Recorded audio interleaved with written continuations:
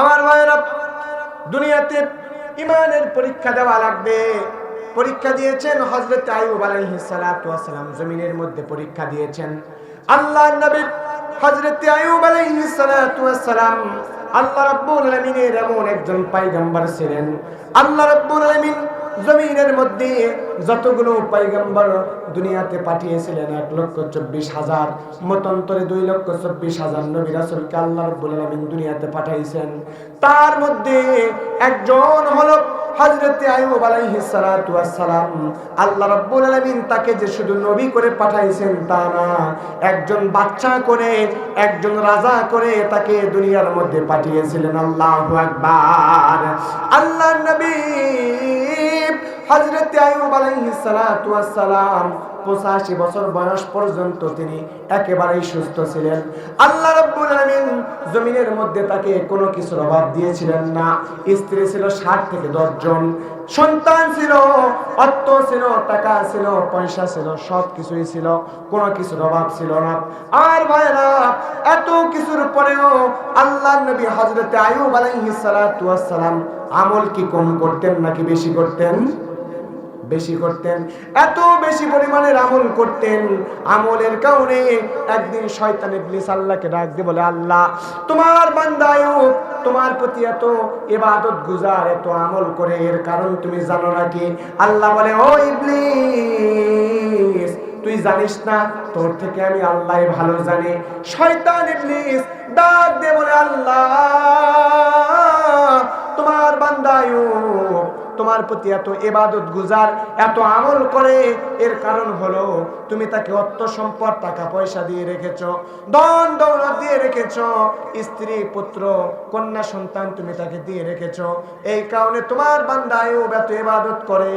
তুমি যদি তোমার বান্দা আইয়ুবের থেকে অর্থ সম্পদ, টাকা পয়সা কেড়ে নিতে পারো, তাহলে দেখবা তোমার বান্দা আইয়ুব তোমার আর ইবাদত করবে না, সে বেঈমান হয়ে যাবে, তোমার অবাধ্য হয়ে যাবে, তোমার আর সুপারিশ করবে না। জোরে বলেন না নাউজুবিল্লাহ। আল্লাহ বলে, ও শয়তান ইবলিস, তুই আমার বান্দা আইয়ুবকে চিনতে পারিস নাই। এখন আমি তাকে অর্থ সম্পদ, টাকা পয়সা দিয়েছি, এত আমল করছে। আমি যদি আমার বান্দা আইয়ুবের থেকে অর্থ সম্পদ, টাকা পয়সা সব কিছু যদি কেড়ে নেই, তাহলে আমার বান্দা আইয়ুব এখন যত বেশি পরিমাণের আমল করছে, তাকে যদি বিপদের মধ্যে ফেলিও দেই, তারপরেও আমার বান্দা আইয়ুব তার চাইতে বেশি আমল করবে। আল্লাহু আকবার। আমার ভাইরা, শয়তান ইবলিস সারবার পাত্র নয়। এই শয়তান ইবলিস হযরত আদম আলাইহিস সালাতু ওয়াস সালাম থেকে শুরু করে নিয়ে যত পয়গম্বর দুনিয়াতে এসেছে, সব পয়গম্বরদেরকে বিপদে ফেলার চেষ্টা করেছে, ঠিক কিনা? জোরে বলেন না ঠিক কিনা? সঙ্গে সঙ্গে আল্লাহকে বলছে, আল্লাহ, তোমার যদি বিশ্বাস না হয়, আইয়ুবের উপরে আমাকে ক্ষমতা দিয়ে দেখাও। তোমার বান্দা আইয়ুবকে আমি বেঈমান করে ছাড়বো। তোমার বান্দা আইয়ুব তোমার এই অর্থ সম্পদ, টাকা পয়সার কারণে ইবাদত করে, আসলে তার ভিতরে ঈমান নাই। নাউজুবিল্লাহ বললেন না? আল্লাহ ডাক দিয়ে বললেন, ও শয়তান, আমি আল্লাহ তোকে ক্ষমতা দিয়ে দিলাম, যা যা, আমার বান্দা আইয়ুবের কোনো ঈমান নষ্ট করা তো দূরের কথা, তুই তার কাছে যেতেই পারবি না।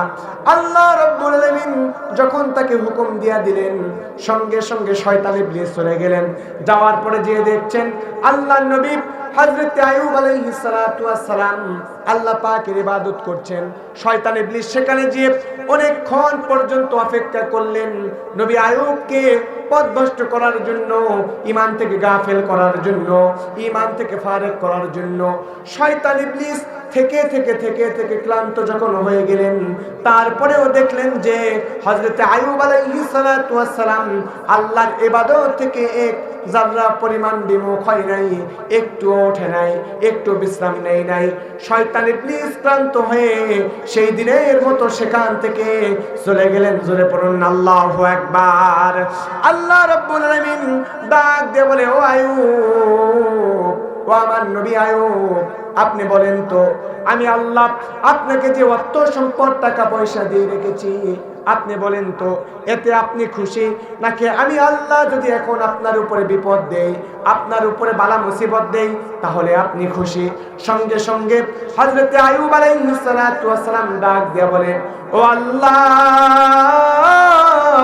ও আল্লাহ, 85 বছর বয়স আমার, এখন পর্যন্ত একটিবার ধৈর্য ধারণ করার মতো ক্ষমতা আমার হয় নাই। কারণ 85 বছর বয়স পর্যন্ত অর্থ দিয়ে, টাকা দিয়ে, পয়সা দিয়ে কোনো কিছুর অভাব আমার ছিল না। ও আল্লাহ, আমি তো জানি আপনি আমাকে অর্থ সম্পদ, টাকা পয়সা দিয়েছেন, এর পরিপূর্ণ শুকরগুজার আমি করতে পারি না। আমার ভাইরা, হযরত আইয়ুব আলাইহিস সালাতু ওয়াস সালাম একজন পয়গম্বর ছিলেন, একজন রাজা ছিলেন, একজন বাদশা ছিলেন। তারপরেও মেহমানকে ছাড়া কখনোই তিনি খানা খেতেন না। আল্লাহু আকবার। আমার ভাইরা, আল্লাহকে বলছে, আল্লাহ, আমি চাই আপনি আমাকে একটিবার পরীক্ষা করেন। কি নিয়ে পরীক্ষা করবেন? আপনি আমার উপরে বিপদ দেন, আপনি আমার উপরে বালা মুসিবত দেন, আমি ধৈর্য ধারণ করতে চাই। ধৈর্য একটা গাছের নাম, যে গাছের কাঁটাগুলো হলো মিষ্টি, আর ওই যে গাছের কাঁটাগুলো হলো বড়ই ধারালো, কিন্তু গাছের বুকে যে ফলটি আছে ওই ফলটি হলো সবচাইতে বেশি মিষ্টি। আল্লাহু আকবার। আমার ভাইরা, আল্লাহ রাব্বুল আলামিনের কাছে যখন দোয়া করলেন, আল্লাহ রাব্বুল আলামিন সঙ্গে সঙ্গে এবার অল্প কয়েকদিনের ভিতরে হযরত আইয়ুব আলাইহিস সালাতু ওয়াস সালামের পরীক্ষা নেওয়া শুরু করলেন। যে পরীক্ষার মধ্যে তাকে ফেলিয়েছিলেন, ওই পরীক্ষাগুলো যদি আপনি আমার উপরে নেওয়া হয়, ওয়াল্লাহি আল্লাহর কসম করে বলছি, ওই পরীক্ষা দিতে যে আপনি আমি শুধু কাফের না, বেঈমান হয়ে, জাহান্নামী হয়ে আপনি আমি দুনিয়া থেকে চলে যেতাম। এমন কঠিন পরীক্ষা আল্লাহ রাব্বুল আলামিন হযরত আইয়ুব আলাইহিস সালাতু ওয়াস সালামকে দেওয়া শুরু করলেন। একদিন হযরত আইয়ুব আলাইহিস সালাতু ওয়াস সালাম এভাবে বসে আছেন, রাজ দরবারে বসে আছেন, সিংহাসনের মধ্যে বসে আছেন। এমন সময় তার সহকারী একজন দৌড়ে এসে বলল, ও আল্লাহর নবী হযরত আইয়ুব, শোনেন শোনেন, আপনার যতগুলো পশু ছিল, উট ছিল, দুম্বা ছিল, ভেড়া ছিল, ছাগল ছিল, সবগুলো কোথা থেকে যেন আগুন এসে সবগুলো জ্বালিয়ে পুড়িয়ে ছাই করে দিয়ে চলে গেল। আল্লাহু আকবার। আচ্ছা বলেন তো, এই এলাকার একজন মানুষের 10টা গরু যদি একসাথে আগুনে জ্বলে পুড়ে যায়, জোরে বলেন তো ওই মানুষটা কিন্তু এভাবে বলবে। আপনাদের সিরাজগঞ্জে কিভাবে বলবে জানি না, তবে আমাদের নওগাঁর ভাষায় বলবে যে আল্লাহ কি আমাকে পালো, আর কাউকে পেল না, এই বিপদ কি আমাকে ছাড়া অন্য কাউকে দেওয়া যেত না। জোরে বলেন, বলে কি বলে না? বলে। তার মানে সে আল্লাহর দেওয়া বিধানকে, আল্লাহর সন্তুষ্ট, আল্লাহর দেওয়া জিনিসকে সে অসন্তুষ্ট মনে গ্রহণ করে। এজন্য আল্লাহ রাব্বুল আলামিন ওই বান্দার উপরে নারাজ হয়ে যায়। জোরে পড়ুন না নাউজুবিল্লাহ। কিন্তু আমার ভাইয়েরা, আল্লাহ রাব্বুল আলামিন বলছে, আল্লাহ রাব্বুল আলামিন যখন হযরত আইয়ুব আলাইহিস সালাতু ওয়াস সালামের সব উটগুলো, দুম্বাগুলো যখন আগুন দিয়ে পুড়িয়ে দিলেন, হযরত আইয়ুব আলাইহিস সালাতু ওয়াস সালাম এবার তিনি শুনে ডাক দিয়ে বললেন, ও কর্মচারী, শুনে নাও, শুনে নাও, ওই উটগুলো, দুম্বাগুলো, ভেড়াগুলো, এগুলো তো আমার নয়, এগুলো দিয়েছেন যিনি আসমান এবং জমিনের মালিক আল্লাহ, তিনি সুবহানাল্লাহ।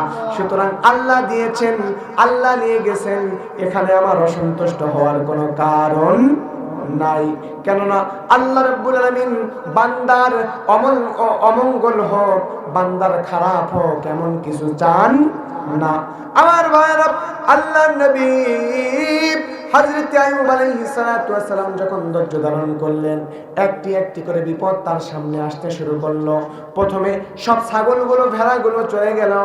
এবার হযরত আইয়ুব আলাইহিস সালাতু ওয়াস সালাম যত সরষে ক্ষেত লাগিয়েছিলেন, ধান বলেন, গম বলেন, সে যুগে যা কিছু চাষ করা হতো সব কিছু তিনি যখন ক্ষেতের মধ্যে লাগিয়েছিলেন, একদিন তার কর্মচারী দৌড়ে এসে বলছে, আল্লাহর নবী আইয়ুব, আপনার ক্ষেতের সব ফসলগুলো কোথা থেকে আগুন এসে জ্বালিয়ে পুড়িয়ে ছাই করে দিয়ে গেল?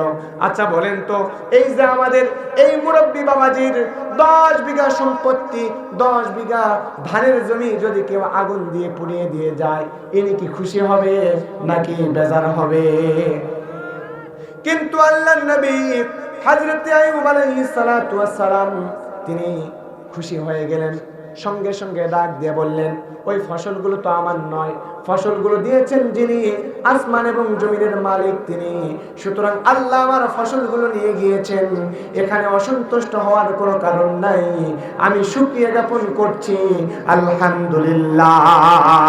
আল্লাহ রাব্বুল আলামিন হযরত আইয়ুব আলাইহিস সালাতু ওয়াস সালামের 2টা পরীক্ষা নিয়ে খুশি হয়ে গেলেন। এবার 3 নাম্বার যে পরীক্ষা দিলেন, মারাত্মক ভয়ঙ্কর একটি পরীক্ষার মধ্যে ফেলে দিলেন। আমার ভাইয়েরা, হযরত আইয়ুব আলাইহিস সালাতু ওয়াস সালাম রাত দরবারে শুয়ে আছে। এমন সময় হযরত আইয়ুব আলাইহিস সালাতু ওয়াস সালামের রাজ দরবারের মধ্যে আগুন লেগে গেছে।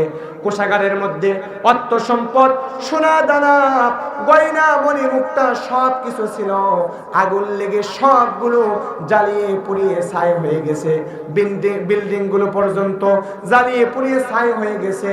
হযরত আইয়ুব আলাইহিস সালাতু ওয়াস সালাম ঘুম থেকে উঠে দেখে তার কোষাগার সব কিছু ছায়ে ভরে আছে।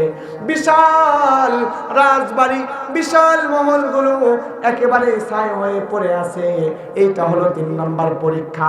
4 নম্বর পরীক্ষা, এত ভয়ঙ্কর পরীক্ষা, এত মারাত্মক পরীক্ষা, ওই পরীক্ষা যদি আপনি আমার থেকে আল্লাহ রাব্বুল আলামিন নেন, তাহলে ওয়াল্লাহি আল্লাহর কসম জেনে নেন, ওই পরীক্ষা যদি আপনি আমার উপরে আল্লাহ করেন, তাহলে আমরা কখনো ঈমানদার হতে পারবো না। ওই পরীক্ষা দিতে গিয়ে আমরা বেঈমান হয়ে জাহান্নামী হয়ে যাব, নাউজুবিল্লাহ। 4 নাম্বার পরীক্ষা জানার দরকার আছে না নাই? আমার ভাইরা, 4 নাম্বার পরীক্ষা হলো, এতক্ষণ সাউন্ড কোথায় ছিল? আলহামদুলিল্লাহ, এখন খুব ভালো সাউন্ড হচ্ছে। এর আগে খুব সাউন্ড খারাপ ছিল, কথা বলাই যাচ্ছে না, কথা বলতে একেবারে খুব মারাত্মক কষ্ট হচ্ছে। আমি গতকালকেও মাহফিল করেছি, আলহামদুলিল্লাহ, মাহফিল ছোট হলেও সাউন্ড সিস্টেমটা খুব ভালো ছিল। তবে আজকের সাউন্ড সিস্টেম একটু প্রথমে একটু খারাপ হলো, আলহামদুলিল্লাহ এখন অনেক সুন্দর হচ্ছে। আমার ভাইয়েরা, 4 নাম্বার পরীক্ষা হলো, আল্লাহর নবী হযরত আইয়ুব আলাইহিস সালাতু ওয়াস সালামের 4 জন পুত্র, 3 জন কন্যা সন্তান ছিল, মোট 7 জন। কয়জন? 7 জন সন্তান ছিল। এই 7 জন সন্তানকে বিদ্যালয়ে পড়ার জন্য হযরত আইয়ুব আলাইহিস সালাতু ওয়াস সালাম যখন পাঠিয়ে দিলেন, পাঠিয়ে দেওয়ার পরে হযরত আইয়ুব আলাইহিস সালাতু ওয়াস সালাম যেই স্কুলের মধ্যে পাঠালেন, ওই স্কুলটা ছিল মাটির স্কুল, মাটির বিদ্যালয়। আগের যুগে এইরকম বড় বড় বিল্ডিং ছিল না, যে রাজবাড়ি ছিল ওগুলো ছিল মাটির অথবা পোড়া মাটির, ঠিক কিনা? যারা বলেন ঠিক কিনা? হযরত আইয়ুব আলাইহিস সালাতু ওয়াস সালাম যে সন্তানগুলোকে যে স্কুলের মধ্যে পাঠিয়েছিলেন, ওই ঘরটা ছিল মাটির ঘর। এমন সময় 7 জন সন্তান যখন পড়তেছে, ওই স্কুলের মধ্যে শিক্ষক এখনো আসে নাই। ওই ঘরটা আল্লাহর হুকুমে ধসে পড়ে একজন নয়, 2 জন নয়, একজন মানুষের, একজন নবীর 7 জন সন্তান সেখানে ইন্তেকাল করলেন। আল্লাহু আকবার।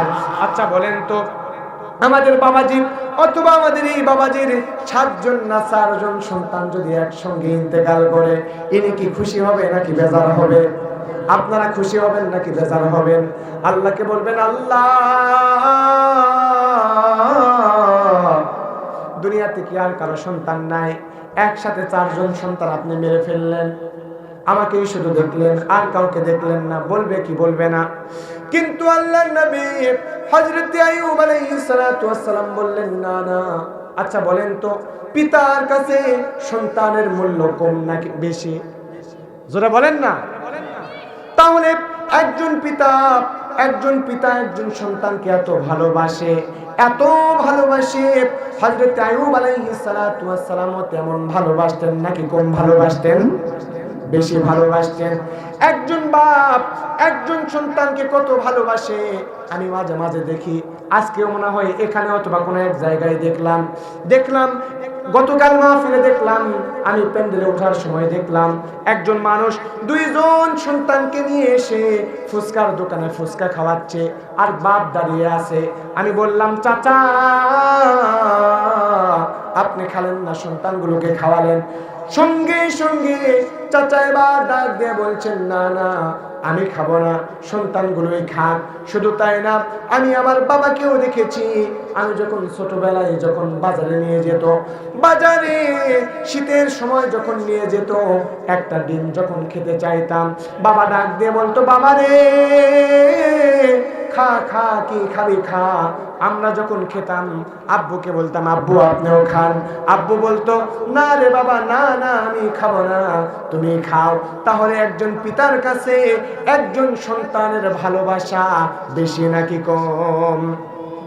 কিন্তু এই সন্তানেরা বড় হয়ে বাবা মাকে ভুলে যায়, আছে না নাই? কথা বলতে হবে, আছে না নাই? এই সন্তানগুলো যখন বিবাহ করে, বিবাহ করার পরে বউ নিয়ে ব্যস্ত থাকে, বুড়ো বাবা মা যখন বৃদ্ধ হয়ে যায়, বাবা মাকে ভালোবাসে না, আছে না নাই? আপনাদের সিরাজগঞ্জে কি অবস্থা জানি না, আমাদের নওগাঁর খুব করুণ অবস্থা ভাই। পিতা সন্তানকে কষ্ট করে, আহারে মা দিন বেচা টাকা দিয়ে সন্তানকে পড়ালেখা করিয়েছে, করার পরে ওই পিতামাতা যখন সন্তানকে বড় করিয়েছে, সন্তান এবার বিসিএস ক্যাডার ইঞ্জিনিয়ার হয়ে গেছে, সন্তান এবার যখন বাড়িতে আসে, বাবা একটু সন্তানের সঙ্গে গল্প করতে চায়, ওই সন্তান বউ ছাড়া আর ভালো লাগে না, বউ ছাড়া আর কারো কাছে যায় না, বউ ছাড়া বাবার কাছেও আসে না।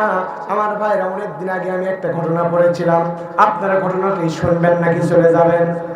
শুনবেন।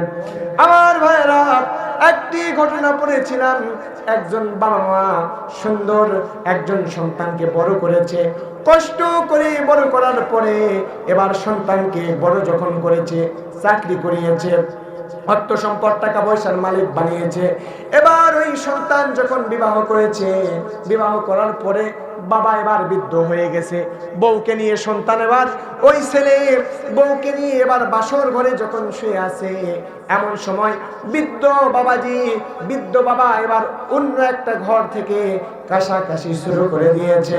এবার বউ বলছে, ও স্বামী, আপনার পিতাকে ঘরের মধ্যে রাখা যাবে না, আপনার পিতা যদি এই বাড়িতে থাকে আমি থাকবো না, আপনার পিতাকে এই বাড়ি থেকে সরিয়ে দেন, কেননা আপনার পিতা এত বেশি পরিমাণের কাশাকাশি করে, রাতের ঘুম হারাম হয়ে যায়। সন্তানের কি করবে? বইয়ের কথা না শুনলে ঝাঁটার বাড়ি ছাড়ার তো উপায়। কথা বলেন না কেন? আপনাদের এদিকে কি খবর জানি না, আমাদের ওদিকে ভাই মাঝে মাঝে বউয়েরা, বউদের কথা যখন স্বামীরা না শোনে, দেখা যায় যে বউ দৌড়াচ্ছে পিছনে, স্বামী দৌড়াচ্ছে সামনে, জোরে বলেন ঠিক কিনা? এই জন্য দেখবেন কিছু কিছু যুবক ছেলেপেলে আছে, বিবাহের পরে পিতামাতার কথা শোনে না, বউকেই বেশি প্রাধান্য দেয়, বউকেই বেশি গুরুত্ব দেয়, জোরে বলেন না নাউজুবিল্লাহ। আমার ভাইরা, এবার ওই বউ বলছে, তুমি তোমার পিতাকে ঘর থেকে বের করে দিয়ে আসো, ওই যে জঙ্গলের মধ্যে রেখে আসো।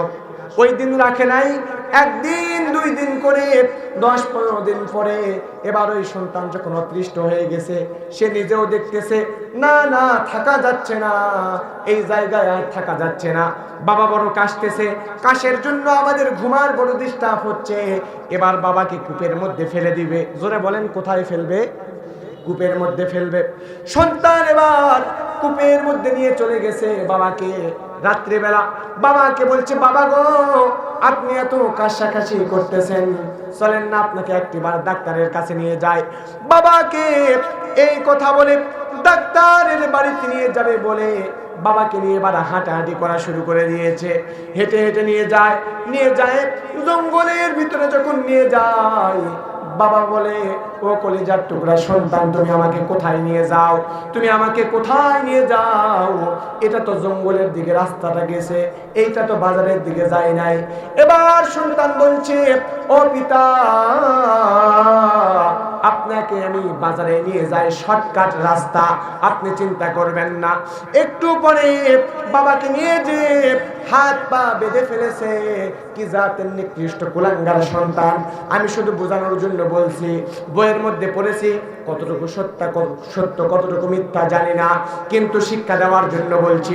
আমার ভাইরা, সঙ্গে সঙ্গে এবার সন্তান যখন চলে গেছে, যাওয়ার পরে বাবার হাত পা বাঁধা শুরু করেছে। বাবা বলছে, ও সন্তান, ও কলিজার টুকরা সন্তান, তুমি কেন আমার হাত পা বেঁধে ফেলো বলো তো? সঙ্গে সঙ্গে বলছে, ও বাবা, ওই যে কূপটা দেখছো, ওই কূপের মধ্যে আমি তোমাকে ফেলে দিব। তোমার কারণে আমরা বাড়িতে থাকতে পারি না, ঘুম তো হয় না, আমার বউয়ের জ্বালায় আমি বাঁচি না, ওই কূপের মধ্যে তোমাকে নিক্ষেপ করবো। জোরে পড়েন নাউজুবিল্লাহ। সঙ্গে সঙ্গে এবার বাপ বলছে, ও কলিজার টুকরা সন্তান রে, শুনে রে, তুই আমাকে কূপের মধ্যে ফেলা, কিন্তু আমার একটা ওয়াদা আছে, আমার একটা শর্ত আছে, আমার একটা ওসিয়ত আছে, আমি তো মারাই যাব, আমার এই ওসিয়তটা তুই শুনবি। এবার সন্তান বলছে, বাবা রে, বলো তো তুমি কি ওসিয়ত করতে চাও? সন্তানকে এবার বাবা ডাক দিয়ে বলছে, ও আমার কলিজার টুকরা সন্তান, এই যে কূপের মধ্যে তুমি আমাকে ফেলানোর জন্য এনেছো, এই কূপের মধ্যে তুমি আমাকে ফেলাও না, সামনের কূপের মধ্যে ফেলাও। সন্তান বলছে, ব্যাপার কি? এই কূপ আর ওই কূপ তো একই, এই কূপে ফেলাতে নিষেধ করলা আর ওই কূপের মধ্যে ফেলে দিতে বললা, এর কারণটা কি? জোরে বলেন, কারণ আছে না নাই? এবার বাপ বলছে, ও কলিজার টুকরা সন্তান রে, আমি আমার বইয়ের কথায় আমি আমার বাবাকে ওই কূপের মধ্যে ফেলেছি, হয়তোবা এর শাস্তি স্বরূপ আল্লাহ রাব্বুল আলামিন তোর দ্বারাই আমাকে ওই কূপের মধ্যে ফেলাবে। তাহলে আপনি দুনিয়াতে আপনার পিতামাতার সঙ্গে যেমন ব্যবহার করবেন, আপনার সন্তানরাও কিন্তু আপনার সঙ্গে তেমন ব্যবহার করবে, ঠিক কিনা? তাহলে পিতামাতার সঙ্গে ভালো ব্যবহার করার দরকার, জোরে বলেন, আছে না নাই? আল্লাহ রাব্বুল আলামিন বলে, ও দুনিয়ার মানুষেরা রে, তোমরা আমি আল্লাহর ইবাদত করবা সর্বপ্রথম, আমি আল্লাহকে না বলে না দেখে তোমরা বিশ্বাস করবা। ওয়াকাদা রাব্বুকা আল্লা তা'বুদু ইল্লা ইয়্যাহু ওয়া বিল ওয়ালিদাইনি ইহসানা। আমি আল্লাহর ইবাদতের পরে তোমরা তোমাদের পিতামাতার সঙ্গে ভালো ব্যবহার করবা, তোমরা তোমাদের মায়ের সঙ্গে ভালো ব্যবহার করবা। শুধু তাই নয়, তোমরা যখন তাদের দুইজনের একজনকে বৃদ্ধ অবস্থায় পাবা, তোমরা তাদেরকে মহাব্বত করবা। খবরদার, তোমরা তাদের সঙ্গে খারাপ ব্যবহার করবা না, এমন কোন ব্যবহার তোমরা করবা না যে ব্যবহারের কারণে তাদের মুখ দিয়ে শব্দটি বের হয়। জোরে পড়েন আল্লাহু আকবার। তাহলে বলেন তো, আল্লাহ রাব্বুল আলামিনের এই ওয়াদা মানার দরকার আছে না নাই? পিতামাতার সঙ্গে ভালো ব্যবহার করার দরকার আছে না নাই? জোরে সবাই একবার তাকবীর দেন, লিল্লাহি তাকবীর। হাতগুলো তোলেন তো, হাতগুলো তোলেন, সকলে তোলেন, লিল্লাহি তাকবীর। লারে তাকবীর। আল কোরআনের আলো সংসদে জালো, লারে তাকবীর। জিকির করেন লা ইলাহা, জোরে লা ইলাহা,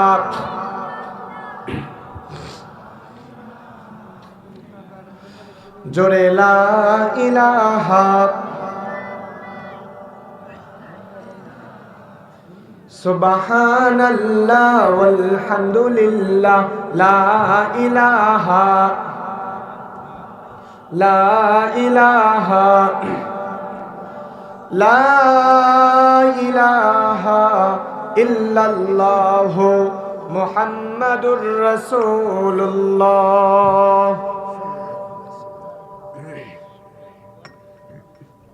আমার বন্ধুগণ, তাহলে বলছিলাম, হযরত আইয়ুব আলাইহিস সালাতু ওয়াস সালাম তিনি ৪র্থ নাম্বার পরীক্ষা যখন দিলেন, তার সব সন্তানরা মারা গেল। এবার পরীক্ষা নাম্বার ৫ম। জোরে বলবেন, কয় নাম্বার পরীক্ষা? ৫ নাম্বার পরীক্ষা। আমার ভাইরা নজর করে শুনবেন, ৫ নাম্বার পরীক্ষা আরো মারাত্মক হলো পরীক্ষা, সবচাইতে ভয়ঙ্কর পরীক্ষা। ৫ নাম্বার পরীক্ষা। আল্লাহর নবী হযরত আইয়ুব আলাইহিস সালাতু ওয়াস সালাম একদিন শুয়ে আছেন, সব কিছু হারিয়েছেন, অর্থ সম্পদ টাকা পয়সা সব কিছু হারিয়ে এবার তিনি শুয়ে আছেন। শুয়ে যখন আছেন এমন সময় হযরত আইয়ুব আলাইহিস সালাতু ওয়াস সালাম পায়ের মধ্যে ছোট্ট একটি ঘা দেখতে পেলেন। আচ্ছা বলেন তো, শরীরের মধ্যে একটু যদি ঘা হয় আমরা কিন্তু নখ দিয়ে চুলকাই, ঠিক কিনা বলেন? আল্লাহ নবী হযরত আইয়ুব আলাইহিস সালাতু ওয়াস সালাম এবার হাত দিয়ে চুলকাতে শুরু করলেন। এবার যখন চুলকাতে শুরু করলেন, আল্লাহ রাব্বুল আলামিন বলে হযরত আইয়ুব যখন হাত দিয়ে চুলকাতে শুরু করলেন, ওই ঘাটা ফেটে গেল। যাওয়ার পরে পুঁজগুলো, রক্তগুলো অন্য জায়গায় যখন ছড়িয়ে গেল, যাওয়ার পরে হযরত আইয়ুব আলাইহিস সালাতু ওয়াস সালামের শরীরের সব জায়গাতে এবার ঘা হওয়া শুরু করলো, বড় বড় ফসকা হওয়া শুরু করলো। শুধু তাই নয়, শরীরের গোশতগুলো পচে গেল, গোশতের মধ্যে পোকা ধরা শুরু করলো, রক্তগুলো খসে রক্তগুলো জোরে জোরে পড়লো, গোশতগুলো খসে গেল। এমন মারাত্মক অবস্থা।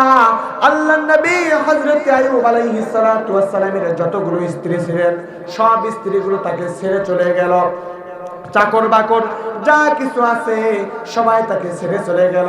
কেননা আমরা দেখেছি কিছু বছর পূর্বে যখন করোনা ভাইরাস এসেছিল, করোনা ভাইরাসের সময় আমি এই জায়গায় বসে থাকলে সভাপতি সাহেব থাকবে 3 ফুট দূরে, ঠিক কিনা বলেন? আপনি আমি যখন ডাক্তারের দোকানে যেতাম, কোনো দোকানে যেতাম, তাহলে আমি ঢাকাতে তখন ছিলাম, তখন একটা করে লাইন দিয়ে রাখতো 3 ফিট দূরত্ব বজায় রাখুন, দোকান থেকে জিনিস কিনুন, ঠিক কিনা বলেন? তাহলে ছোঁয়াছুঁয়ি রোগ এখনো আছে। সেই সময়ও ছিল হযরত আইয়ুব আলাইহিস সালাতু ওয়াস সালাম যখন এবার এই বিপদের মধ্যে যখন পড়লেন, হযরত আইয়ুব আলাইহিস সালাতু ওয়াস সালাম যখন এই বিপদের মধ্যে পড়লেন, সবাই তাকে ছেড়ে চলে গেল। শুধু তাই নয়, তার গ্রামের মানুষেরা বলল, ও আইয়ুব তুমি এই গ্রাম থেকে চলে যাও। আল্লাহর নবী হযরত আইয়ুব আলাইহিস সালাতু ওয়াস সালামের স্ত্রীরা ছেড়ে চলে গেল। একজন স্ত্রী ছাড়া, নাম হচ্ছে, কোরআনের মধ্যে তার নাম আসে নাই, হাদিসের মধ্যে তার নাম আসে নাই, কিন্তু আল্লাহ রাব্বুল আলামিনের কিছু বান্দা দুনিয়াতে তার নাম দিয়েছেন বিবি রহিমা। জোরে বলেন না কি নাম? হযরত রহিমা এমন পরম ধার্মিক একজন মহিলা ছিলেন। আল্লাহর নবী হযরত আইয়ুব আলাইহিস সালাতু ওয়াস সালামের সেবা করতেন। আল্লাহর নবী হযরত আইয়ুব ডাক দিয়ে বলে, ও রহিমা রে, তুমি কেন আছো বলো তো? সবাই আমাকে ছেড়ে চলে গেল, চাকর বাকর সবাই আমাকে রেখে চলে গেল, সবাই আমাকে ত্যায্য করে দিল, তুমি কেন আছো? সঙ্গে সঙ্গে হযরত রহিমা ডাক দিয়ে বলে, ও আল্লাহর পয়গম্বর, কিয়ামতের ময়দানে আমাকে যখন আল্লাহর কাছে উঠতে হবে, আল্লাহ যখন বলবে, ও রহিমা রে, দুনিয়াতে তুই কি এমন আমল করেছিস বলতো? আমি বলবো, আমার স্বামী হযরত আইয়ুব যখন বিপদে পড়েছিলেন, তিনি যখন রোগশয্যায় সজ্জিত ছিলেন, সবাই তাকে ছেড়ে চলে গিয়েছিল, আমি আমার স্বামীর সেবায় নিয়োজিত ছিলাম। আল্লাহ, জীবনে কত গুনাহ করেছি জানি না, কিন্তু আমার স্বামীর বিপদের সময় পাশে ছিলাম, তার সহযোগী হিসেবে ছিলাম, তার সম্পদের যেমন ভাগীদার আমি ছিলাম, তার দুঃখ কষ্টের ভাগীদার আমি সমান ভাগে ছিলাম। আল্লাহ গো, এই একটি কাজ করার কারণে আপনি আমাকে মাফ করে দিয়ে আপনার বিশাল জান্নাত আমার জন্য দিয়ে দেন। সুবহানাল্লাহ। আল্লাহ নবী হযরত আইয়ুব আলাইহিস সালাতু ওয়াস সালাম বিবি রহিমার কথা শুনে বললেন, ও রহিমা, তুমি যদি ইচ্ছা করো চলে যেতে পারো, আমার সাথে থাকলে এই রোগ তোমারও হতে পারে, তুমি ওই বিপদের মধ্যে পড়তে পারো। কিন্তু আল্লাহর নবী হযরত আইয়ুব আলাইহিস সালাতু ওয়াস সালামের স্ত্রী বিবি রহিমা রাজি হলেন না। তিনি এবার স্বামীকে নিয়ে এই গ্রাম ছেড়ে অন্য একটি গ্রামে চলে গেলেন। আমার ভাইরা, হযরত আইয়ুব আলাইহিস সালাতু ওয়াস সালামের শরীরের গোশতগুলো পচে গিয়েছিল, গোশতগুলো খুলে পড়তো। আল্লাহর নবী হযরত আইয়ুব আলাইহিস সালাতু ওয়াস সালামের শরীরের ওজন হয়েছিল মাত্র 10 থেকে 15 কেজি। কয় কেজি? শরীরের গোশতগুলো নাই, হাড্ডিগুলো পর্যন্ত শুকিয়ে গেছে। এমন সময় হযরতে বিবি রহিমা এবার তার স্বামীকে কাপড় দিয়ে পেঁচিয়ে কাঁধের মধ্যে তুলে এক এক করে 7টি গ্রামে চলে গেল। অন্য গ্রামে যায়, ওই গ্রামের মধ্যে থাকার অনুমতি যখন চায়, গ্রামের সওদাগর আছে না নাই, গ্রামের নেতৃত্ব সর্দাররা আছে না নাই, তারা বলে আপনি এখানে থাকতে পারবেন না, আপনার স্বামীর যে রোগ আছে এই রোগ আমাদের সকলের হতে পারে, সুতরাং আপনি থাকবেন না, আপনি এখান থেকে চলে যান, আপনি অন্য কোন গ্রামের মধ্যে চলে যান। আল্লাহর নবী হযরত আইয়ুব আলাইহিস সালাতু ওয়াস সালামের স্ত্রী বিবি রহিমা এক এক করে 7টি গ্রামে চলে গেলেন। যাওয়ার পরে কোথায় যখন আশ্রয় হলো না, এবার বিবি রহিমা হযরত আইয়ুব আলাইহিস সালাতু ওয়াস সালামকে নিয়ে জঙ্গলের মধ্যে চলে গেলেন। জঙ্গলের মধ্যে যাওয়ার পরে জঙ্গলের বৃক্ষ দিয়ে, গাছের ডালপালা দিয়ে এবার তিনি যখন একটি ঘর তৈরি করলেন, ঘর তৈরি করার পরে স্বামীর শরীরের সুস্থ করার জন্য ঘাগুলো পরিষ্কার করে দিতেন, রক্তগুলো পরিষ্কার করে দিতেন, শরীরটাকে পানি দ্বারা ধুয়ে দিতেন। আর হযরত রহিমা তিনি গ্রামের মধ্যে চলে যেতেন, গ্রামে যে সেখান থেকে কাজ করতেন, কাজ করার পরে সেখান থেকে এবার তিনি কিছু খাবার আনতেন, আনার পরে তিনি নিজে তা আহার করতেন। সর্বপ্রথম তিনি নিজে আহার করতেন না, হযরত আইয়ুব আলাইহিস সালাতু ওয়াস সালামকে আহার করিয়ে দিতেন। আহার করার পরে হযরত আইয়ুব যখন খেয়ে ফেলতেন, খাওয়ার পরে খাবার যতটুকু থাকতো বিবি রহিমা খেয়ে ফেলতেন, আর যদি না থাকতো তাহলে হযরত রহিমা ওই রাত্রি অথবা ওই দিন না খেয়ে থাকতেন। আল্লাহু আকবার।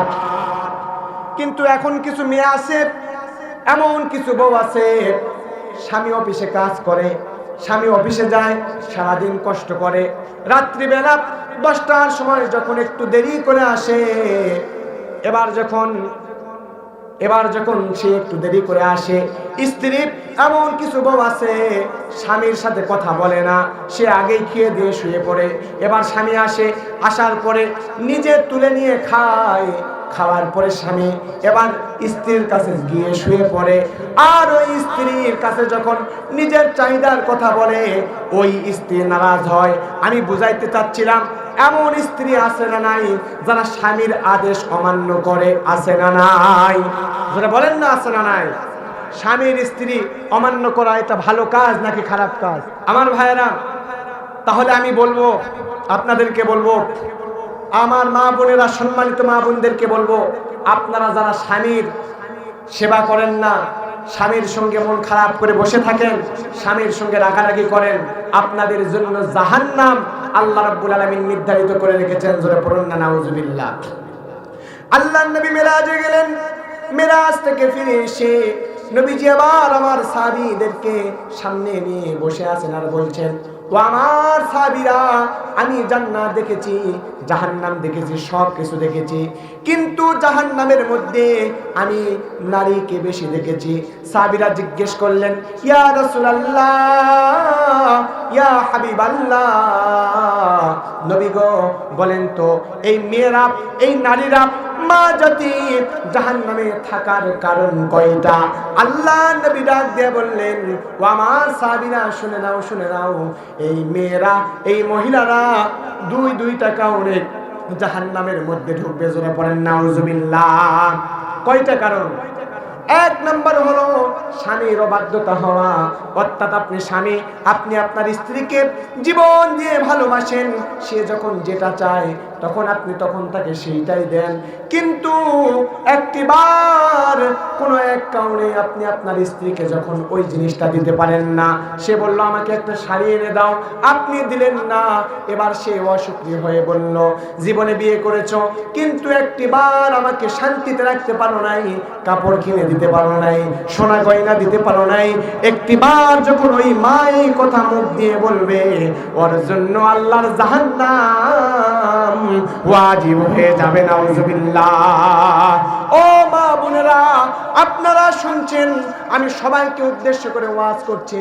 আমার বন্ধুগণ, ওয়াজ তো সবাই করে, কিন্তু আমি ওয়াজ করছি। কি করছি? ওয়াশ করছি। ওয়াশ হওয়ার দরকার আছে না নাই? নিজেকে ঠিক করার দরকার আছে না নাই? যুবকদেরকে ওয়াশ করব, মা বোনদেরকে ওয়াশ করব। ও মা বোনেরা, আপনারা যারা স্বামীদের সঙ্গে খারাপ ব্যবহার করেন, স্বামীর আদেশ মানেন না, ও মা বোনেরা, আজকে থেকে মাহফিল থেকে আপনি নিয়ত করে যান কখনোই স্বামীর সঙ্গে খারাপ ব্যবহার করবেন না। ও যুবক ভাইরা, আপনারা যারা বিবাহ করেছেন বউয়ের সঙ্গে খারাপ ব্যবহার করেন, অনেক যুবক আছে, অনেক বৃদ্ধ বাবাজিরা আছে, বউকে ধরে মারে। মারে কি মারে না জোরে বলেন? এদিকে মারে কি মারে না ভাই আমি জানি না, কিন্তু আমাদের নওগাঁতে কিন্তু মারে। জোরে বলেন তো মারা যাবে? আল্লাহ রাব্বুল আলামিন বলে, ও আমার বান্দারা, তোমরা তোমাদের বউদেরকে আঘাত করবা না। আমার ভাইয়েরা, বউকে আঘাত করার নিয়ম আছে। ওই নিয়ম যদি এখন বলি অনেক সময় চলে যাবে, অনেক সময় চলে যাবে, কিন্তু সংক্ষিপ্ত আকারে বলতেছি, আমাদের এই দেশের যুবকেরা যখন স্ত্রীদেরকে মারে, মারার সময় তারা বড় বড় লাঠি ব্যবহার করে, হাতের মধ্যে মারে, মাথার মধ্যে চড় মারে, গালের মধ্যে মারে। কিন্তু হাদিসের মধ্যে এসেছে মারতে হলে 1 হাত পরিমাণ অর্থাৎ মেসওয়াকের সমান লাঠি দিয়ে মারতে হবে। কোন কারণে মারতে হবে? শরিয়া আইনকে অমান্য করার কারণে মারতে হবে। নামাজ পড়ে না এই জন্য মারতে হবে, আপনার সেবা করে না এই জন্য মারতে হবে। মারবেন কোথায়? পায়ের নিচে, কোমরের নিচে, হাঁটুর নিচে মারবেন। কিন্তু মারার জন্য এই হাদিসটাকে ভালোভাবে জানার দরকার আছে না নাই? আমার ভাইরা, আর স্ত্রীদেরকে বলবো, ও মা বোনেরা, আজকে থেকেই স্বামীর সেবা করা শুরু করে দাও। দেখবা আপনি যদি আপনার স্বামীকে ভালোবাসতে পারেন, আপনার স্বামী আপনাকে মারা তো দূরের কথা, আপনার দিকে তাকালেই ভালো নজরে তাকাবে, কখনোই খারাপ নজরে তাকাবে। আর যারা যুবক ভাইরা আছে, যে বৃদ্ধ বাবাজিরা আছে, আজকে থেকে বইয়ের প্রশংসা বেশি বেশি করতে হবে। আচ্ছা, এই যে স্বামী স্ত্রীর ওয়াজ করছি, আপনারা বেজার হচ্ছেন ভাই? কষ্ট পাচ্ছেন? এই ওয়াজ শোনার দরকার আছে না নাই? আমার ভাইরা, নজর করে শোনেন, আপনারা যারা বউদের সঙ্গে খারাপ ব্যবহার করেন, আপনার বউ আপনার সঙ্গে খারাপ ব্যবহার করে আপনার কারণে, আপনি বাড়িতে ঢুকে ডাইরেক্ট গালাগালি করা শুরু করে দেন, এই কারণে আপনার উপরে রাগান্বিত হয়ে যায়। সুতরাং আজকে থেকে আপনি আপনার বউয়ের প্রশংসা করা শুরু করে দিবেন। আপনার বউ যখন তরকারিতে একটু লবণ বেশি দিবে, তরকারিটা আপনি খালেন, খাওয়ার পরে বলবেন, বউ আজকের তরকারিটা অনেক সুন্দর হয়েছে। আমাদের মধ্যে এমন মানুষ আছে, তরকারি খাওয়ার পরে বউয়ের ছোট্ট ছোট্ট গুণগুলো, বউয়ের ছোট্ট ছোট্ট খারাপ গুণগুলো প্রচার করে, আসে না নাই? রাগারাগি করে, মারামারি করে, সংসারের মধ্যে বিশৃঙ্খলা সৃষ্টি করে। ও যুবক ভাই, ও বৃদ্ধ বাবাজিরা, আজকে থেকে বউয়ের প্রশংসা বেশি বেশি করবেন। দেখবেন আপনার বউ আপনার প্রতি সন্তুষ্ট হয়ে থাকবে। সুবহানাল্লাহ বললেন না? তাই আবার আজকে থেকে আবার প্রশংসা করা শুরু করে দিয়েন না। এক লোক রাত্রিবেলা ওয়াজ শুনে রাত 12টার পরে বাড়ি গেছে, হুজুর এবার ওয়াজ করছে যে বউয়ের প্রশংসা করতে হবে, তরকারির মধ্যে লবণ বেশি দিলেও কি করতে হবে? বলতে হবে না লবণ হয়েছে, অনেক সুন্দর হয়েছে। তো ওই লোক এবার মাহফিল শেষে রাত্রিবেলা মাঝরাতে বাড়িতে গেছে, বউ রান্না বান্না করেছে, হয়তো খেয়ে দিয়ে শুয়ে পড়েছে, খাবার নাই, এই কারণে পাশের বাসার ভাবির থেকে একটু গোস্তর অথবা মাংসের বাজিত করে এনে রেখে দিয়েছে। এবার স্বামী মধ্যরাত্রে ওয়াজ শুনে, আমাদের নওগাঁর ভাষায় বলছি, আপনারা কি কষ্ট পাচ্ছেন ভাই? এক দেশের গালি আর এক দেশের বলি, অথবা এক দেশের বলি আর এক দেশের গালি। আমার নওগাঁ জেলার যদি কোনো বলি আপনার দেশের গালি হয়, আপনারা কিন্তু কষ্ট নিয়েন না, আল্লাহর রাস্তে মাফ করে দিবেন তো ইনশাআল্লাহ। আমার ভাইরা, এবার ওই যুবক চলে গেছে। এবার যখন ওয়াজ শুনে চলে গেছে, যাওয়ার পরে এবার বউকে বলছে, বউ আমাকে কিছু খাবার দাও। বউ বলছে, ওই যে হাঁসের মাংস অথবা মুরগির মাংস রাখা আছে, তুমি সেখান থেকে নিয়ে খাও। এবার স্বামী সেখান থেকে নিয়ে ওই যে হুজুরের ওয়াজ শুনছে, শোনার পরে এবার খাচ্ছে আর বলছে, ও বউ আজকে তোমার হাতের রান্নাটা হেভি টেস্ট লাগতেছে, ঠিক কিনা? এবার বলতেছে তোমার হাতের রান্নাটা হেভি টেস্ট লাগতেছে। এবার বউ বলতেছে, হঠাৎ কি কারণে? কোনদিন তো আমার রান্নার প্রশংসা করলে না, 15 বছর বিয়ের বয়স হয়ে গেল, একটি দিন তুমি বললে না যে তোমার রান্নাটা আমার। তো আজকে আমি যেই পাশের বাসার ভাবির থেকে একটু মাংস এনে, গোস্ত এনে তোমার কাছে দিয়েছি খাওয়ার জন্যে, অমনি তুমি বলতেছো যে ওই মাংসটা গোস্তটা খেতে হেভি টেস্ট হয়েছে, তার মানে ওই পাশের বাসার ভাবির সাথে তোমার লাইন আছে, জোরে বলেন ঠিক কিনা? তাই বলে আজকে থেকে আবার আমল করা শুরু করে দিয়েন না। আজকে থেকে আমল করলে বিপদে পড়ার দরকার আছে না নাই? আমার ভাইয়েরা, আর একটা কথা বলবো, স্বামী স্ত্রীর মধ্যে কখনো সন্দেহ করা যাবে? স্বামী কখনো স্ত্রীকে সন্দেহ করবে না, স্ত্রী কখনো স্বামীকে সন্দেহ করবে? এই সন্দেহ একটা বিষাক্ত রোগ। আমার ভাইয়েরা, স্বামী স্ত্রী দুইজন রাত্রিবেলা শুয়ে আছে, এমন সময় স্ত্রীর মোবাইলে হঠাৎ করে একটা মেসেজ এসেছে। রাত্রি তখন 3টা বাজে, জোরে বলেন কয়টা বাজে? 3টা বাজে। রাত্রিবেলা স্ত্রীর মোবাইলে টুং করে শব্দ এসে একটা মেসেজ এসেছে। স্বামী এবার বলল, এত রাতে কে মেসেজ দিচ্ছে, একটু দেখি তো। মোবাইলটা হাতের মধ্যে নিয়ে, এবার যখন হাতের মধ্যে নিয়ে মোবাইলটা নিয়ে, আমার ভাইরা এদিকে নজর করেন, ওদিকে নজর দিয়েন না, ওদিকে নজর দিয়েন না। এবার স্বামী স্ত্রী যখন শুয়ে আছে, স্ত্রীর ফোনে যখন এবার মেসেজ চলে এসেছে, স্বামী এবার চিন্তা করলো, দেখি তো এত রাতে আমার বউয়ের ফোনে কে মেসেজ করে। আমার ভাইরা এদিকে তাকান, সকলে এদিকে তাকান, এদিকে তাকান, এদিকে তাকান, ওদিকে তাকান না, এদিকে তাকান। এবার স্বামী মোবাইলটা হাতের মধ্যে দিয়ে নিয়ে দেখতেছে, বউয়ের মোবাইলের উপরে কে যেন লিখেছে বিউটিফুল। জোরে বলেন না, কি ফুল? বিউটিফুল। আচ্ছা বলেন তো, আপনি স্বামী, আপনার বউয়ের মোবাইলে অন্য কেউ যদি বিউটিফুল লেখে, তাহলে আপনি খুশি হবেন নাকি বেজার হবেন? মার শুরু করে দিবেন, ঠিক কিনা? আমাদের নৌকার ভাষায় বলে, তখনই মার শুরু হয়ে যাবে, পিটন শুরু হয়ে যাবে। আমার ভাইয়েরা, স্বামী এবার রাগান্বিত হয়ে গেছে, সঙ্গে সঙ্গে বউকে বলছে, ও বউ, এত বড় সাহস কে দিল? তুমি কার সঙ্গে রিলেশন করো, কার সঙ্গে প্রেম করো, যে প্রেম করার কারণে আমি স্বামী তোমাকে বলবো বিউটিফুল, তুমি বিউটি আমি ফুল না বলে অন্য কেউ তোমাকে বিউটিফুল বলবে, আর আমি স্বামী সহ্য করব? এটা তো হতে পারে না। এবার স্ত্রী চিন্তা করলো, আহারে এত রাতে কে আমাকে বিউটিফুল মেসেজটা দিল। এবার স্ত্রী যখন মোবাইলটা হাতের মধ্যে নিল, নেওয়ার পরে মোবাইলটা চার্জারে লাগানো ছিল, এবার হাতের মধ্যে যখন মোবাইল নিছে, লেখা দেখেছে ব্যাটারি ফুল। জোরে বলেন না, কি ফুল? Battery full. সন্দেহের চোখে দেখার কারণে কি ফুল দেখেছে? সন্দেহের চোখে দেখার কারণে বিউটিফুল দেখেছে। যেটা বলেন ঠিক কিনা? তাহলে সন্দেহের চোখে বউকে দেখা যাবে? আমার ভাইরা, ও মা বোনেরা, আপনারা হয়তো শুনছেন, আপনারা হয়তো দেখছেন, আপনারা হযরতে বিবি রহিমার মতো হবেন, স্বামীর সেবা করবেন, স্বামীর সঙ্গে ভালো ব্যবহার করবেন, নামাজ পড়বেন, রোজা করবেন, হজ করবেন, সামর্থ্য থাকলে স্বামীর সঙ্গে ভালো ব্যবহার করবেন। তাহলে আপনি যখন মারা যাবেন, আল্লাহ রাব্বুল আলামিন আপনার জন্য জান্নাতটা বরাদ্দ করে দিবেন। সুবহানাল্লাহ। আল্লাহর নবী হযরত আইয়ুব আলাইহিস সালাতু ওয়াস সালাম এবার যখন অসুস্থ অবস্থায় আছেন, হযরতে বিবি রহিমা এবার প্রতিদিন বিভিন্ন গ্রাম থেকে খাবার এনে তিনি নিজে আগে খেতেন না, তার স্বামীকে আহার করাইতেন, তারপরে যতটুকু খাবার থাকতো তিনি নিজে খেতেন। জোরে পড়ুন না আল্লাহু আকবার। একদিন গ্রামের মধ্যে চলে গেলেন, যাওয়ার পরে গ্রামের মধ্যে কোনো কাজ যখন পেলেন না, তিনি পেলেন না, এবার তিনি কান্নাকাটি করা শুরু করে দিলেন।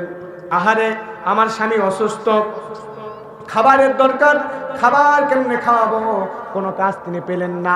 এবার একজন কাফের মহিলার বাড়িতে যখন তিনি চলে গেলেন, যাওয়ার পরে বলছেন, ও মা, আপনার বাড়িতে আমাকে একটু কাজের ব্যবস্থা করে দেন, আপনার বাড়িতে আমি কাজ করব, করার পরে আপনার থেকে কিছু আটা নিয়ে আমি চলে যাব।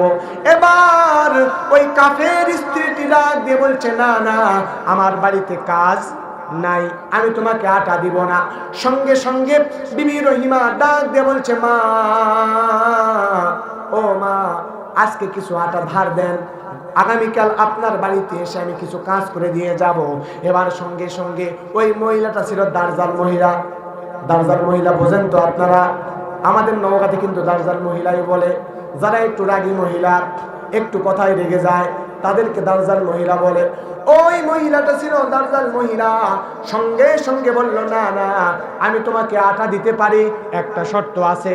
শর্ত হলো তোমার মাথার চুল থেকে অর্ধেক চুল যদি আমাকে কেটে দাও, তাহলে আমি তোমাকে আটা দিব, নচেৎ তোমাকে আটা দিব না। জোরে বলেন না নাউজুবিল্লাহ। সঙ্গে সঙ্গে হযরত বিবি রহিমা ডাক দিয়ে বললেন, না না, আমি আপনাকে চুল কেটে দিতে পারবো না। এর কারণ হলো আমার চুল ধরে আমার স্বামী অসুস্থ মানুষ, তিনি আমার চুল ধরে ওঠেন, তিনি আমার চুল ধরে বসেন, তিনি আমার চুল ধরে শুয়ে পড়েন, আমি এই চুল কখনোই কাটতে দিব না। জোরে বলেন না আল্লাহু আকবার, লিল্লাহি তাকবীর, তাকবীর। আর হযরত আইয়ুব আলাইহিস সালাতু ওয়াস সালাম এবার বিবি রহিমা যখন চুল কাটতে দিলেন না, এবার ওই মহিলা বলছে, ও রহিমা, তুমি এখান থেকে চলে যাও, অজগবি বক বক করো না, চুল যদি তুমি না কাটো তাহলে আটাও তুমি পাবে না। বিবি রহিমা চিন্তা করলো, আটা যদি, ভাই সাউন্ড তো ঠিকই ছিল, সাউন্ড কমে গেল কেন? সাউন্ড ঠিকই ছিল, সাউন্ড ভালো ছিল তো, আলহামদুলিল্লাহ, কমে গেল কেন? সাউন্ড দেন।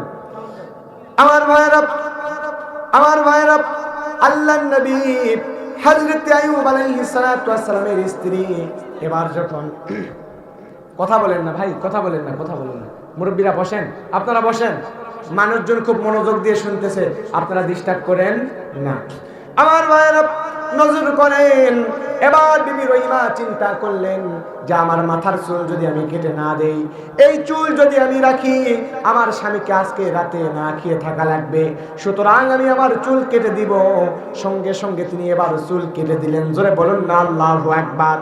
চুল যখন কেটে দিলেন, মিস্টার ইবলিস শয়তান এবার দেখলো যে হযরত আইয়ুব আলাইহিস সালাতু ওয়াস সালাম এখন যে বিপদের মধ্যে আছে, এত বিপদের মধ্যে থাকার পরেও তিনি আমলে টিকে আছে, ইমানে টিকে আছে, আল্লাহর প্রতি একটু অভরসা হয় নাই। কেননা তার পাশে শক্তিশালী স্ত্রী, আল্লাহর নবীর স্ত্রী হযরত বিবি রহিমা তার সাথে হিসেবে ছিলেন। আল্লাহু আকবার। এবার শয়তান ইবলিস যখন বুঝতে পারলো, আমি যদি এই শয়তান ইবলিস এবার বলল, আমি যদি হযরত আইয়ুবের ভিতরে আর এই বিবি রহিমার ভিতরে একটু গন্ডগোল সৃষ্টি করে দিতে পারি, একটু ফিতনা ফাসাদ সৃষ্টি করে দিতে পারি, তাহলে এই আইয়ুব আলাইহিস সালাতু ওয়াস সালাম বেঈমান হয়ে যাবে, তার সেবা যত্ন করার মতো কেউ থাকবে না, সে আমলের উপরে টিকিয়ে থাকতে পারবে না, সে কাফের হয়ে যাবে, জাহান্নামী হয়ে যাবে। জোরে বলেন না নাউজুবিল্লাহ। শয়তান ইবলিস এবার এই চুল কাটার ঘটনাটিকে এবার সে সুযোগ মনে করলো, সঙ্গে সঙ্গে একজন মানুষের রূপ ধারণ করলো, মুসাফির রূপ ধারণ করলো, জুব্বা টুপি পাকড়ে পড়লো, পরার পরে দৌড়ে গিয়ে আল্লাহর নবী হযরত আইয়ুবকে বলছে, আইয়ুব, আপনি একজন পয়গম্বর, আল্লাহ রাব্বুল আলামিন আপনাকে দুনিয়াতে পাঠাইছেন আমল করার জন্য, ইবাদত করার জন্য, মানুষদেরকে ডাকার জন্য, ইসলামের দিকে আনার জন্য। আপনার উপরে পরীক্ষা চলছে, আপনি এত কিছুর পরেও আমলের উপরে টিকে আছেন। আমার মনে হয় না এই আমল আপনাকে জান্নাতে নিয়ে যেতে পারবে। নাউজুবিল্লাহ। সঙ্গে সঙ্গে হযরত আইয়ুব বলছে, কেন তুমি এই কথা কেন বলছো? মুসাফির তুমি কে একটু বলো তো। মুসাফির বলছে, তোমার স্ত্রী রহিমা সে খারাপ। জোরে বলেন না নাউজুবিল্লাহ। সে খারাপ, গ্রামের মধ্যে থেকে চুরি করে তোমার জন্য খাবার আনে, প্রতিদিন চুরি করে তোমার জন্য খাবার আনে, আর আজকে সে ধরা পড়েছে। এই কারণে গ্রামের একজন মহিলা তার মাথার চুল থেকে অর্ধেক চুল কেটে নিয়েছে।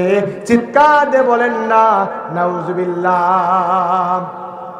আমার ভাইরা, আল্লাহর নবী হযরত আইয়ুব আলাইহিস সালাতু ওয়াস সালাম মাথার মধ্যে আকাশ ভেঙে পড়লে যেমন অবস্থা হয়, তেলের মধ্যে আগুনের মধ্যে ঘি দিলে যেমন অবস্থা হয়ে যায়, হযরত আইয়ুব আলাইহিস সালাতু ওয়াস সালামের অবস্থা তেমন হয়ে গেল। আল্লাহকে ডাক দিয়ে বলছে, আল্লাহ 18 বছর থেকে আমি রোগে আছি আল্লাহ, 18 বছর থেকে আমি বিপদে আছি আল্লাহ। এই বিপদ আমাকে এত কষ্ট দেয় নাই। আজকে আমি যে কথা শুনলাম, আমার স্ত্রী নাকি গ্রাম থেকে চুরি করে আমার জন্য খাবার আনে আল্লাহ, আমি তো সহ্য করতে পারছি না, কি করব আল্লাহ, কি করব?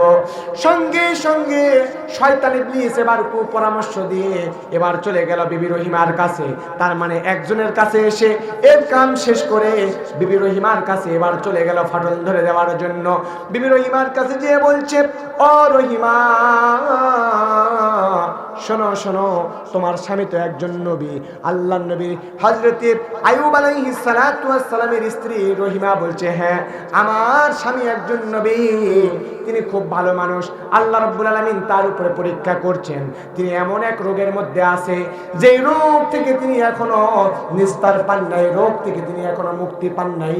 সঙ্গে সঙ্গে শয়তান ইবলিস এবার বলছে, ও রহিমা রে, আমি একজন পণ্ডিত, আমি একজন বিজ্ঞানী, আমি তোমাকে এমন দুইটা ঔষধের কথা বলবো, এই দুইটা ঔষধ যদি তুমি তোমার স্বামীকে খাওয়াই দিতে পারো, তাহলে তোমার স্বামী মাত্র 3 দিনের ভিতরেই সুস্থ হয়ে যাবে। নাউজুবিল্লাহ।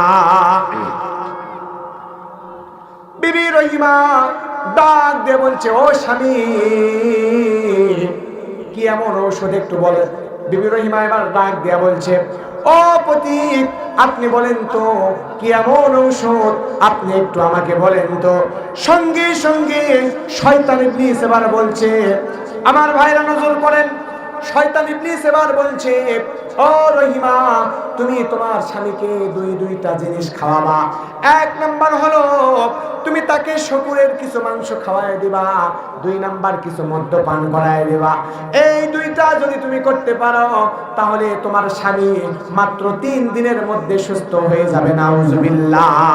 বিবি রহিমা সঙ্গে সঙ্গে স্বামীর কাছে যে বলছে, ও আইয়ুব আলাইহিস সালাতু ওয়াস সালাম, আল্লাহর পয়গম্বর শোনেন, এই 2টা কাজ একজন পথিক আপনাকে করতে বলেছে।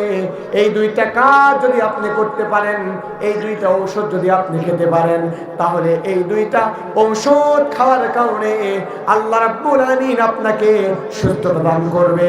এবার হযরত আইয়ুব ডাক দিয়ে বলে, ও রহিমা রে, কি কি ঔষধ তুমি একটু বলো তো।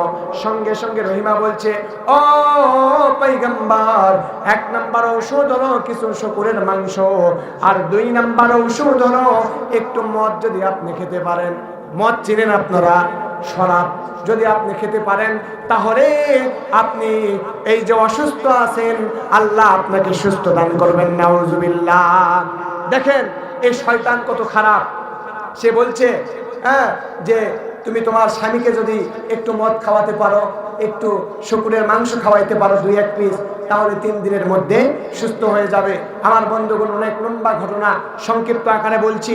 আল্লাহ রাব্বুল আলামিন আল্লাহর নবী হযরত আইয়ুব আলাইহিস সালাতু ওয়াস সালাম এই 18 বছর পর্যন্ত তার শরীরে গোশতগুলো যখন পচে গেল, যাওয়ার পরে এবার যখন তার জিহ্বার মধ্যে পোকা ধরা শুরু করলো, তার জিহ্বার মধ্যে যখন পোকা ধরা শুরু করলো, এবার তিনি আল্লাহর কাছে দোয়া করলেন, আল্লাহ 18 বছর পর্যন্ত আমি আমার শরীরের মধ্যে গোশতগুলো পচেছিল, আমি কিছু বলি নাই, আমি আমার জিহ্বা দ্বারা জিকির করতাম, কিন্তু এখন তো করতে পারছি না।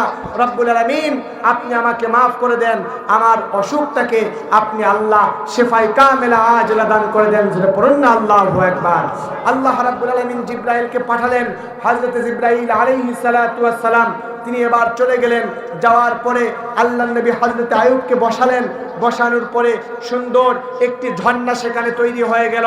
হযরত আইয়ুব পা দ্বারা একটা ধাক্কা দিলেন, সেখানে একটি মিষ্টি পানির ঝর্ণা যখন তৈরি হয়ে গেল, হযরত আইয়ুব আলাইহিস সালাতু ওয়াস সালামকে আল্লাহর ফেরেশতা হযরতে জিবরাইল আলাইহিস সালাতু ওয়াস সালাম সেখানে তাকে সুন্দর করে গোসল করিয়ে দিলেন। আর গোসল করিয়ে দেওয়ার পরে তাকে আগে যেমন যুবক ছিল তেমন যুবক আল্লাহ তাকে বানিয়ে দিলেন। জোরে পড়ুন না, আল্লাহু আকবার। আমার ভাইয়েরা, শুধু তাই নয়, তার যতগুলো সন্তান মারা গিয়েছিল, এই বিপদের ধৈর্য ধারণ করার কারণে আল্লাহ রাব্বুল আলামিন তার সব সন্তানগুলো ফিরিয়ে দিল। অর্থ সম্পদ, টাকা পয়সা, যত চাকর মাকড় যা কিছু ছিল, যারা সকলেই চলে গিয়েছিল, সকলে আবার পরবর্তীতে ফিরে এসেছিল। আমি বুঝাইতে চাচ্ছিলাম, আপনার উপরে যখন বিপদ হবে, দুনিয়াতে আপনি যখন বিপদে পড়বেন, ধৈর্য ধারণ করবেন। এই দুনিয়াতে বিপদে পড়ার কারণে যা কিছু হারাবেন, ধৈর্য ধরার কারণে আল্লাহ রাব্বুল আলামিন আপনাকে দুনিয়াতে তা ডবল দিবেন এবং আপনার জন্য প্রশস্ত জান্নাত আল্লাহ রাব্বুল আলামিন তৈরি করে রেখেছেন। জোরে পড়ুন না আল্লাহু আকবার।